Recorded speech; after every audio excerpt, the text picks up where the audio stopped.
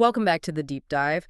Today, we are strapping in for a fascinating journey. We're going 14 centuries into the past, and we're not just here to, analyze the dust of forgotten history, but to really dissect a moment of sheer political and, I guess, legal audacity. It's a fantastic case study. It's the ultimate case study in accountability, yeah. It's all captured in this single devastating declaration that still, it still rings true today. It really does. So we are diving deep into the administration and judgments of the second Caliph, Umar ibn al-Khattab, and we're focusing on one iconic event, the case of the Egyptian Copt. Right.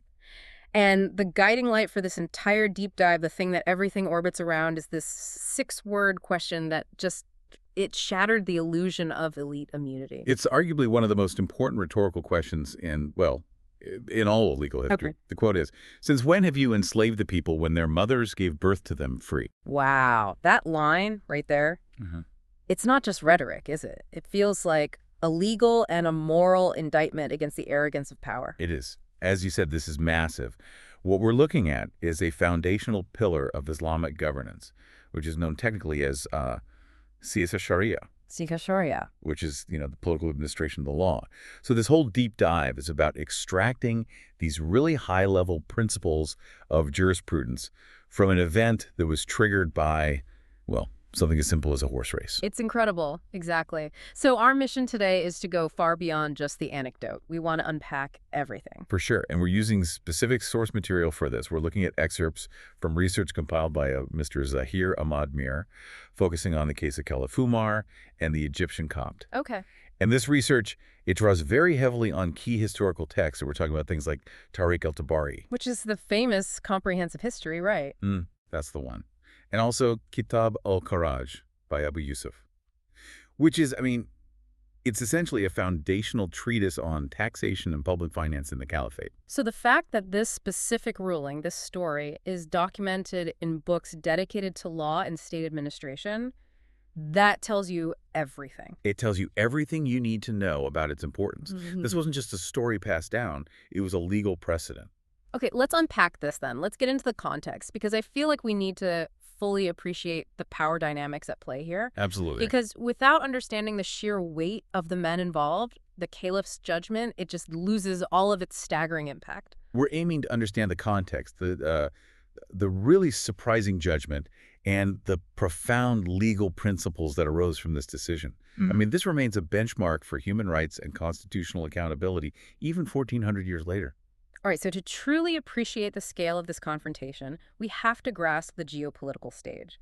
The man who holds the ultimate authority, the commander of the faithful, is Umar ibn al-Khattab. And he's a legend in administration. His entire rule is synonymous with this fierce, almost austere commitment to justice. And establishing the structure, the bureaucracy, for this rapidly expanding empire. Exactly. And that rapid expansion is crucial to understand. Umar's caliphate, it was following these huge conquests, and it was straining its administrative capacity. He had to delegate immense power to his governors. So he's not micromanaging everything. He can't. He can't. But he was known for setting precedents through his own personal action. You hear stories of him sleeping on the ground, wearing these simple clothes. Anything to enforce this idea that the ruler was the ultimate servant of the people, not their master. The servant, not the master. That's a powerful idea. It is. Okay, so now let's introduce the counterweight in this specific story, the man on the opposite end of that authority spectrum, Umar ibn al-As. Yeah, and Umar ibn al-As was not. He wasn't just some regional figurehead. This man was a titan. A titan. Absolutely. The sources confirm he was one of the Prophet's great companions, which gave him immense religious and social prestige among the elite. But more importantly, for our story, he was the conqueror and the sitting governor of Egypt. Okay, let's pause there. Egypt. We need to think about what Egypt meant in the 7th century. It wasn't just another province. This was the breadbasket of the Mediterranean. It was the strategic gateway to North Africa, and it was the former jewel of the Byzantine Empire. Precisely. His successful campaign had secured one of the world's most resource-rich and strategically vital regions for this fledgling caliphate. His local authority was, for all intents and purposes, almost absolute. So in Egypt, he's the man. He is the man. He commanded legions, he collected taxes, he administered justice for millions of people, Mhm. challenging him. Look, it wasn't just like challenging a corrupt official. No. You were risking the stability of the entire western front of the empire. Hmm. So when we talk about Umar here, he was taking an immense, almost reckless political risk by even entertaining a complaint against such a powerful figure. That context is so vital. I'm glad you brought that up. This is not a case of the caliph confronting some minor civil servant back in the capital. Not at all. This is the central authority taking a direct stand against the most powerful man in the field, a political giant whose loyalty was absolutely critical to the empire's cohesion. Yeah. So the stage is set. You've got absolute power in Egypt versus the absolute standard of justice in Medina. That's the conflict right there. Mhm. Hashtag 1.2, the incident and the assertion of privilege. What's fascinating here, though, is that this epic political confrontation, it was triggered by something, well, incredibly trivial, a competition involving a horse race in Egypt. Right. It's always the small incidents, isn't it? They're the things that expose the deep flaws in a system. They really are. That's that moment where the personal arrogance of the ruling class intersected with the daily life of the common man. And who was involved in this race? The race involved a local Egyptian man, and the sources identify him specifically as a Coptic Christian. A Coptic Christian. Okay. Okay. So he's already a member of a protected, but, potentially marginalized community dhimmi. And he's pitted against the governor's son. The governor's son, of course. And I want to pause on that fact that the victim was a Coptic Christian. I mean, that detail just seems to emphasize that the justice being administered was universal. It crossed religious and ethnic lines. Absolutely. The sources make a point of identifying him as Coptic, and I think you're right. It's to underscore the universality of the caliph's law. So what happens in the race? Well, the son, he's enraged, either by losing the race or just by being challenged by a local Copt, and he responds with brutal physical force. He beats him. He beats the Copt with a whip, and it Okay. was immediate, it was public, and it was clearly intended to degrade him. But the injustice wasn't just the physical violence, was it? As painful as that must have been, it was the assertion of untouchability that came with it. That's the real legal offense here. That's the core of it. As he struck the man, the governor's son uttered this specific recorded phrase that cemented his claim to inherited immunity. What did he say? He said, "I am the son of the noble ones." Wow. So that's not just an insult. That's a legal declaration, in a way. It is. He was claiming that his lineage, his blood connection to the conqueror of Egypt, placed him above the laws of the land. It authorized him to physically assault a free man with impunity. He was effectively saying, my father is the law here, and therefore I am the law here. Your human dignity just doesn't matter compared to my status. Precisely. That boast crystallized the entire issue for Umar later on. The son was treating a free citizen as if he were chattel, like an enslaved person whose body was disposable. He was usurping the Copt's fundamental freedom and dignity based purely on political pedigree. So this act of violence was more than just an assault. Oh, much more. It was a public challenge to the fundamental premise of the caliphate, that all free people are equally protected under the law. Hashtag 1.3, the search for justice. Given that power imbalance, I mean, most people would have just swallowed their rage and their humiliation and gone home. You'd think so. But the Copt, despite the beating, the sources say he was unbroken. They emphasize this courageous, almost defiant declaration of his intent. He was utterly fearless. He declared, "I will complain to Umar, the commander of the faithful." Just like that. Just like that. And you have to think about the political reality in Egypt at that moment. The entire provincial bureaucracy, the police, the courts, the military garrison, all of them were loyal to Omar ibn al-As. Right. Complaining locally would have been suicide. So he knew his only recourse was the highest authority. He did. And that appeal required a monumental, almost inconceivable effort. He had to travel all the way from Egypt to Medina. What was that journey like? I mean, it couldn't have been a simple plane ride. This is the 7th century. This is a point that really requires emphasis. We're talking about weeks, possibly months, of dangerous desert travel. The Copt had to fund this entire journey himself, risk bandits, navigate these vast, undeveloped lands. And he was doing all this. He was undertaking this odyssey to face down the most powerful governor in the empire's new territories. His decision, it demonstrates two critical things. What are they? First, his incredible faith in the concept of Umar's justice. He must have believed it was real. And second, that the right to seek redress was so well established that he knew the risk was actually worth taking. So the Copt's journey itself is physical proof of the system's reputation. It confirms that this siyasa sharia, this system of practical governance, it provided a genuine right to public redress. Exactly. It wasn't just some abstract legal philosophy written in a book somewhere. It was a functioning legal pipeline that allowed a common citizen, a member of a non-Muslim minority, to completely bypass a compromised local judiciary and appeal directly to the Caliph. That's incredible. It established the principle that the highest political office was also the highest court of appeal, and that the distance of travel or the status of your opponent, none of that mattered. Those were no barriers to the pursuit of justice.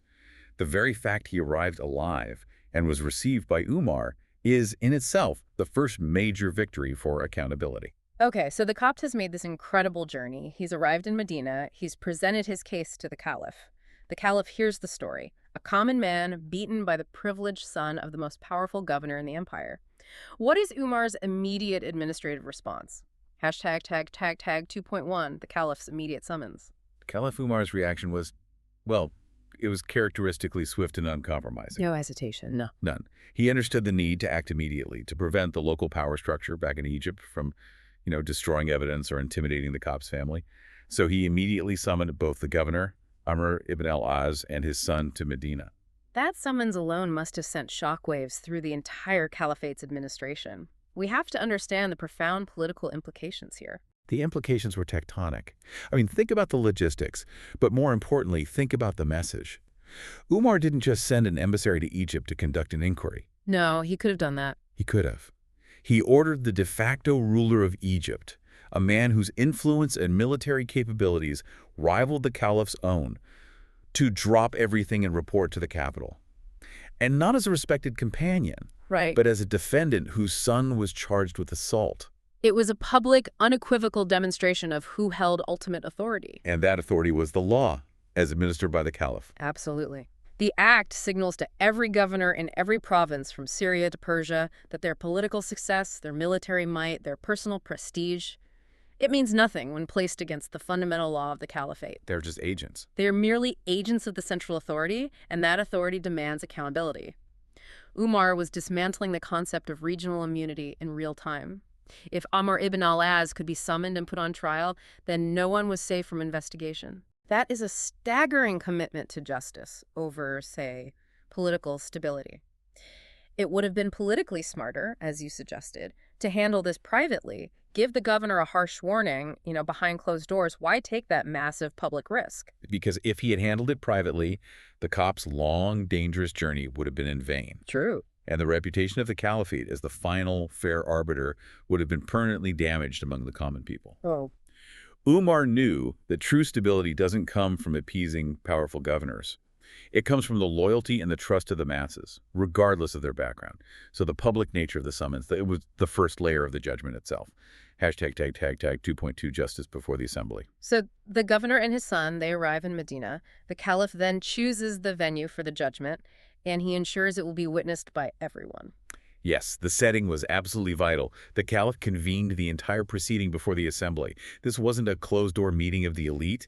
This was justice as a spectacle, designed to educate and to establish precedent. I can just imagine the tension in that room. Oh, for sure. Imagine it.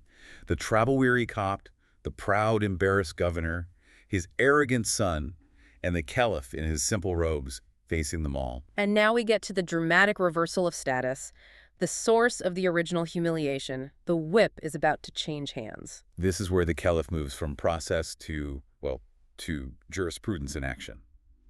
Caliph Umar handed the whip to the Copt, and he issued this precise, tailored judicial command. What did he say? He told the Copt, "Strike the son of the noble ones as he struck you." Strike the son of the noble ones. He even uses the son's own arrogant words against him. He does. It's a perfect embodiment of the legal principle of retributive justice, or qisas. Okay, we hear that term qisas sometimes. Can you define why that was the appropriate remedy here, rather than, say, forcing the son to pay a huge fine or just apologize? That's a crucial distinction.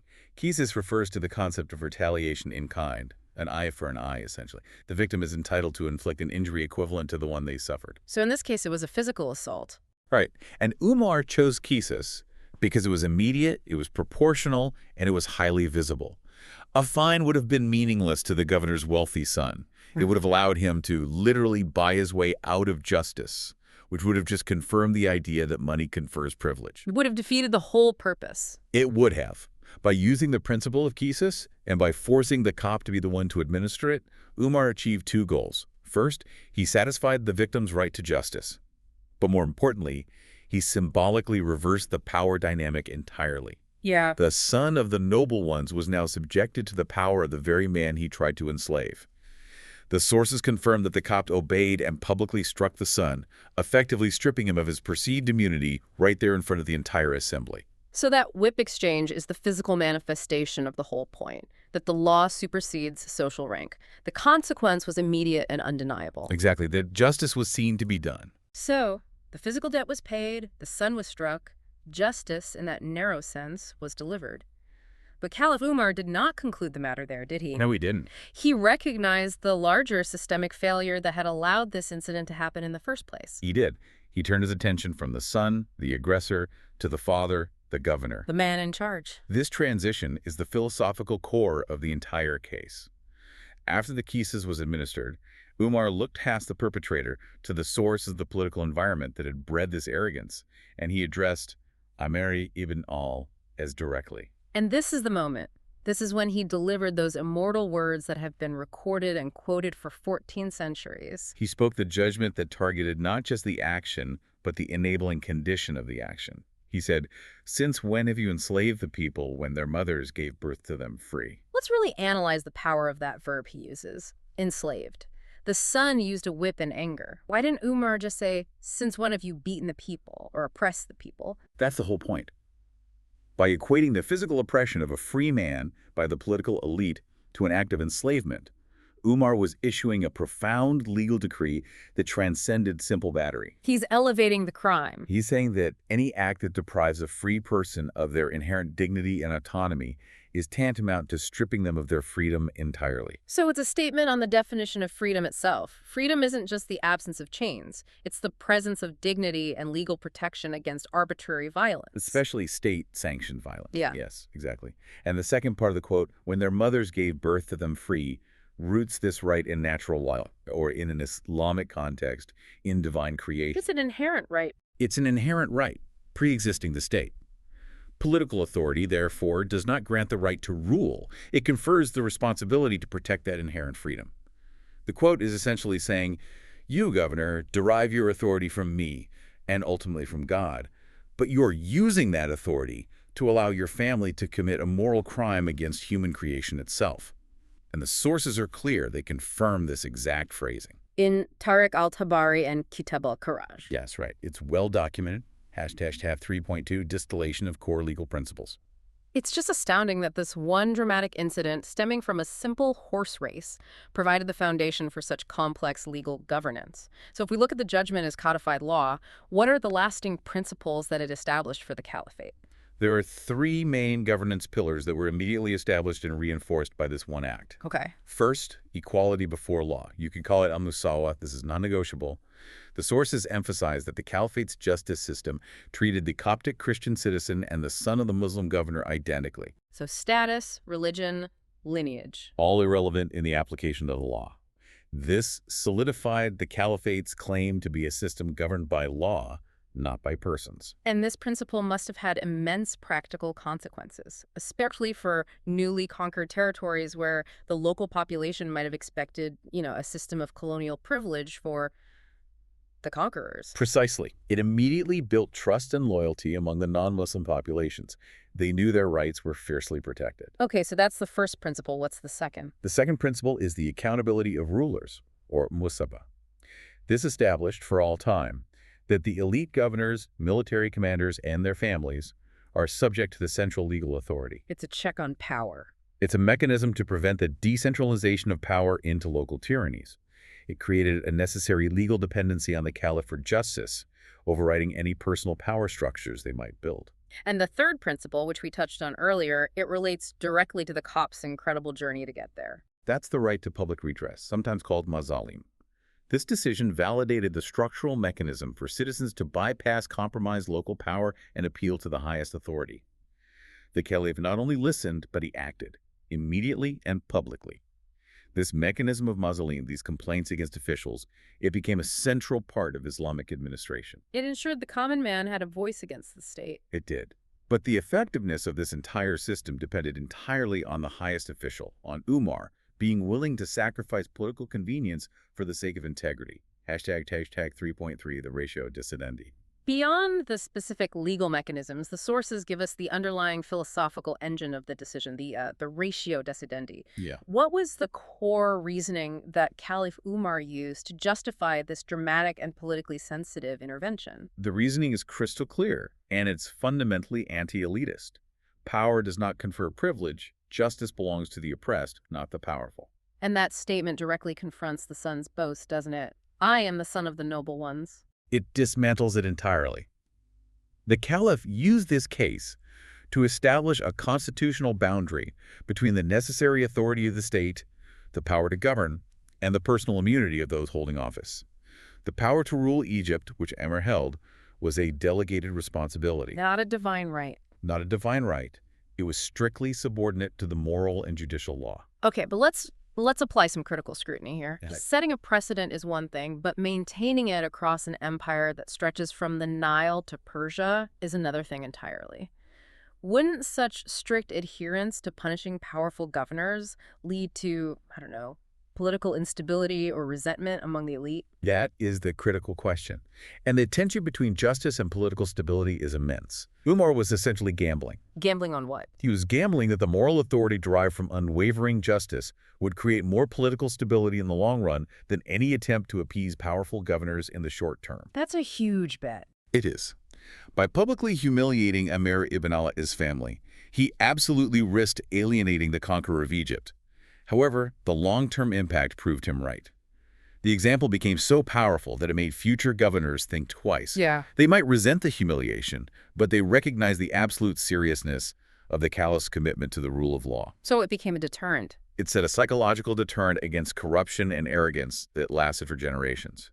So the reasoning was rooted not just in some abstract idea of justice, but in a very pragmatic vision of long-term governance. Yes, sir. That the fear of the law is a better basis for loyalty than shared privilege. Precisely. The system guaranteed legitimacy to the caliphate in the eyes of the majority, the common people. And that was far more valuable than the guaranteed obedience of one powerful man. So this incident, which started with a simple horse race, is clearly not just an anecdote. It's a moment of institutional definition. What was its lasting impact on the structure of governance in the Islamic world? Hashtag 4.1 cornerstone of governance. This single act of justice, it fundamentally shaped the theoretical and practical framework of Islamic governance, that siyasa sharia we talked about. It went beyond theory. It gave administrators a tangible, real-world example to follow. And what specifically did it codify for future rulers? What was the lesson? The lesson was that no ruler is above accountability. It established a clear legal hierarchy where the law, derived from religious sources, was supreme, and political power was merely the mechanism for its enforcement. So it set a benchmark. For future capitals, this case became the benchmark. If they wanted to claim the moral legitimacy of Umar, they had to demonstrate a similar willingness to challenge the elite on behalf of the common man. It ensured that the justice system was understood to prioritize the dignity of the common man against the elite. Even if that man was a religious minority. Especially then. Furthermore, the humiliation of Umar ibn al-As and his son was a lesson applied not just to individuals, but to institutional practices. It signaled an end to the casual transfer of power or immunity based on lineage. This case mandated that governors must actively police their own families and their own entourages, because if they failed, the central authority would intervene, publicly and decisively. So it created an internal monitoring mechanism in a way. It essentially forced high officials to adopt Umar's severe standard of morality just to survive politically. It did. The entire apparatus of administration had to internalize this fact. If a simple Copt could travel across the desert and secure justice against the conqueror of Egypt, then no injustice, no matter how remote or minor, was safe from exposure. Hashtag 4.2, the Human Rights Declaration. Beyond the administrative structure, the quote itself has had this immense legacy globally. The phrase, "Since when have you enslaved the free?" is so often cited as a cornerstone declaration of inherent human rights. Its stature is monumental. It's a clear statement of natural rights, the idea that certain freedoms are innate to humanity and cannot be granted or revoked by any earthly government. And here's where it gets really interesting and where this deep dive, I think, truly shines. The sources draw this compelling comparison that puts this historical moment into a dramatic global perspective. Hmm. We tend to associate these philosophical concepts, inherent dignity, freedom, protection from arbitrary power, with the Enlightenment, with figures like Locke, Rousseau, and the development of constitutional law centuries later. Exactly. When we study the development of political thought in the West, the foundational premise is often that citizens are born free and that the government's role is merely to secure those pre-existing rights. This idea was meticulously developed into theory and constitutional doctrine in the 17th and 18th centuries. Right. But Caliph Umar, he did not just theorize this concept. He implemented it as the operating law of a vast multi-ethnic empire 14 centuries earlier. He didn't just write a treatise. He executed a legal judgment that had immediate physical and political consequences for the highest levels of government. So the crucial distinction is the difference between philosophy and practical application. Locke wrote about the state of nature, but Umar acted on the principle of inherent freedom under the law. Precisely. Locke and Rousseau were developing intellectual arguments about how society should be structured. Umar's judgment was the living, breathing law of the land. His action established a legal mechanism, the travel of the Copt, the public assembly, the Kisses, that enforced this universal ideal. And in doing so, it provided real recourse for the marginalized. It did, and it ensured that the ideal of inherent freedom was protected by the state's power, rather than being subservient to it. That practical implementation, securing the rights of a religious minority against the ruling family of the majority, is what gives this case its staggering historical force and its enduring legal relevance. It's a potent reminder that the core values of justice and human dignity are not. They're not geographically or chronologically restricted, are they? Not at all. They emerge whenever a courageous leader decides to prioritize law over personal or political expediency. Hashtag tag tag 4.3, the moral of the story. You know, if we synthesize the core meaning of the source material, the moral is clear and powerful, and it transcends time and geography. What is it? A society's true greatness lies not in its palaces, which are symbols of concentrated personal power, but in its courts, where even the powerful fear the truth. That fear is the ultimate check on arbitrary power, isn't it? If the elite believe they can operate outside the judicial system, then the entire structure of the rule of law just collapses for everyone else. It is the single most important metric of a just state. Palaces can be built on corruption, on conquest, but great courts are built on impartial and universal justice.